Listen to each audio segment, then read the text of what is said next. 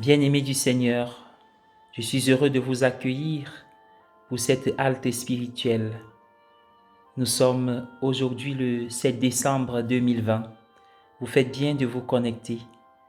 À quelques heures de la célébration de l'Immaculée Conception, il y a de quoi rendre grâce au Seigneur. Et nous faisons mémoire en ce jour de Saint Ambroise de Milan. Oui, bien-aimés, que l'Esprit Saint nous éclaire et nous aide à trouver les trésors de cet extrait évangélique, Luc chapitre 5, versets 17 à 26. Que l'Esprit Saint nous aide à frayer un chemin dans nos cœurs, comme les porteurs frayeront le chemin sur la toiture pour descendre le paralytique.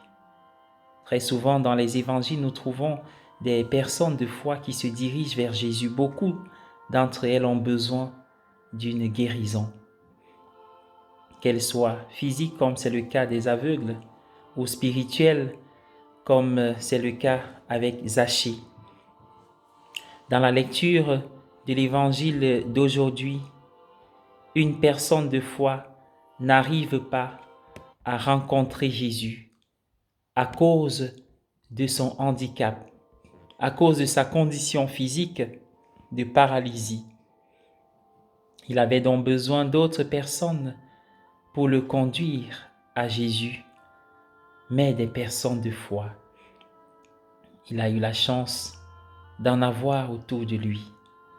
Ces hommes ne reculaient devant rien pour amener le paralytique à Jésus, allant même jusqu'à enlever les tuiles du toit de la maison où se trouvait Jésus à l'époque.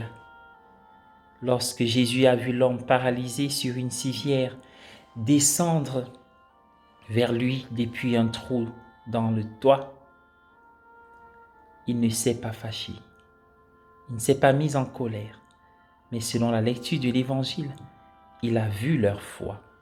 Il a reconnu la foi de cette petite communauté autour du paralytique. Cet homme a eu la chance d'appartenir à une petite communauté de foi. Cette communauté a créé une ouverture, pas seulement dans le toit, mais dans la vie de ce paralytique, afin qu'il expérimente la part de Jésus, la part de guérison que Jésus apporte, c'est-à-dire une guérison totale et complète, spirituelle et physique. Tout comme le paralytique avait besoin d'une petite communauté de foi pour l'amener à Jésus, nous avons besoin de la communauté de foi pour venir à Jésus nous aussi. Nous ne venons pas au Seigneur par nous-mêmes. En tant que personnes de foi, nous nous amenons les uns les autres au Seigneur.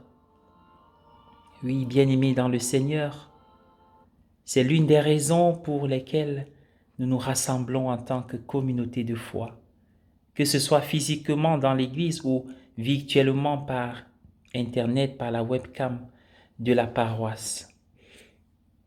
En tant que personnes de foi, nous ressentons le besoin d'être ensemble d'une certaine manière.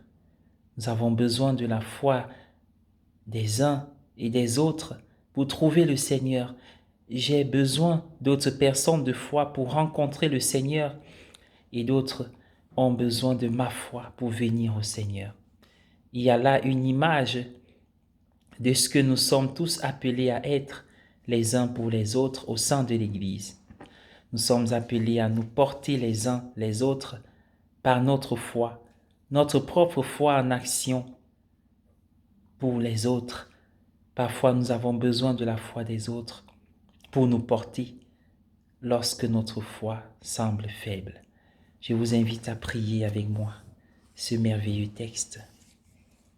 Au nom du Père et du Fils et du Saint-Esprit. Amen. Mon Dieu, j'ai confiance en toi. Donne-moi l'esprit d'abandon pour accepter les choses que je ne peux changer. Donne-moi l'esprit de force pour changer les choses que je peux changer. Donne-moi l'esprit de sagesse pour discerner ce qui dépend effectivement de moi et que je ne fasse alors que ta seule volonté. Amen. Au nom du Père et du Fils et du Saint-Esprit. Amen. Bonne journée à tous.